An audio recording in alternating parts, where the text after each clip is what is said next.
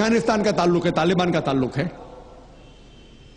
हम देखते हैं CNN के अंदर कि कई बार BBC और CNN में दिखाया गया कि तालिबान एक खातून को बेदर्दी से मार रहा है। अरे तालिबान खवातीन को मारते हैं जालिम लोग। क्योंकि दाई होने के हैसियत से मैं कई ममालिक का दौरा करता हूं।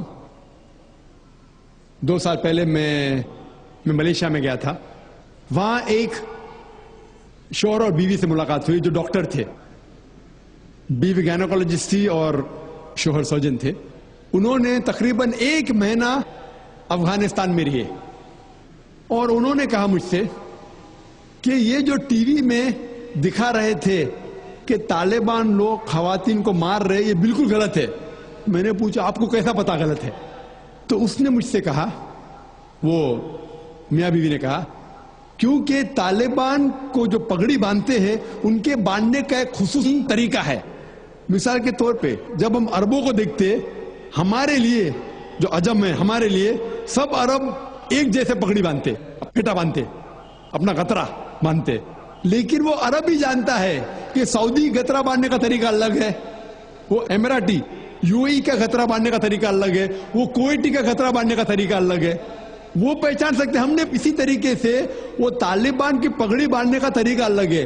वो डॉक्टर कहने लगे मुझसे कि जिस तरीके से वो BBC और CNN में दिखा रहे थे तालिबान खवातीन को मार रहे, वो तालिबान है ही नहीं, वो एक्टर लोग को लेके आए थे। लेकिन बेवकूफ थे कि एक्टिंग में बराबर से नहीं किए, वो कपड़े बराबर नहीं थे। मैंने तकरीर सुनी एक रिपोर्टर जिसका नाम है योआन रेडली। योआन रेडली एक ब्रिटिश रिपोर्टर है। जब अटैक होता है अमेरिका का अफगानिस्तान पे, भाई साहब को दुख हो रहा था जब मैंने कहा कि अमेरिका टेररिस्ट है। दुख हो रहा था उनको। जॉर्ज बुश अगर आपके रिश्तेदार तो माफी चाहता हूं मैं। तो योआन रेडली जो थी, योआन रेडली एक रिपोर्टर है, ब्रिटिश रिपोर्टर, सफेद है, वाइट यूरोपियन। उसको भेजते हैं अफगानिस्तान में तहकीक करने के लिए तालिबान के बारे में।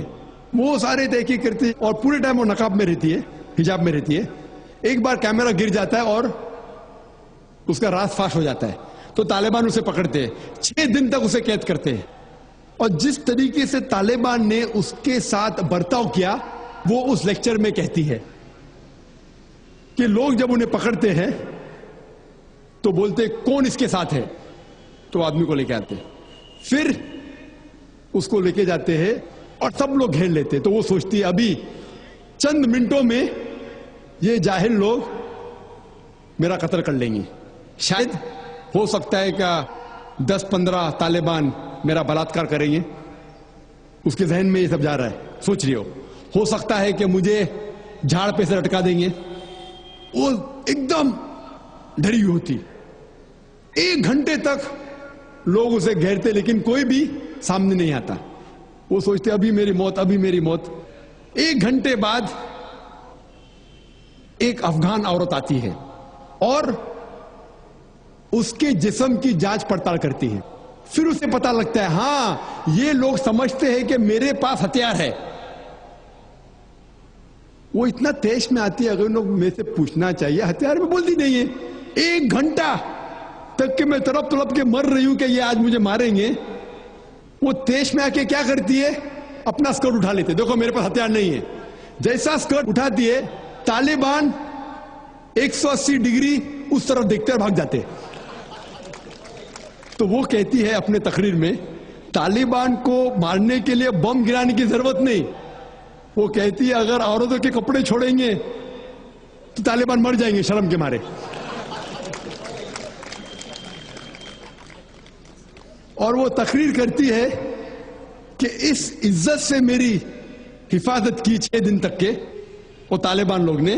और जब उसे पूछा जाता है सवाल जवाब के नशिस्त में, क्या आपको लगता है कि अल कायदा ने WTC को गिराया, तो वो योआन रेडली कहती है मेरे हिसाब से अल कायदा मौजूद ही नहीं है। ये उसका कहना है, मेरा कहना नहीं। और जब उसे आजाद किया जाता है 6 दिन के बाद, और जब बाकी रिपोर्टर्स पूछते आपके साथ क्या सलूक किए, तो उनने कहा इतना अच्छा हुस्न सलूक किए कि रिपोर्ट के अंदर ही नहीं आया।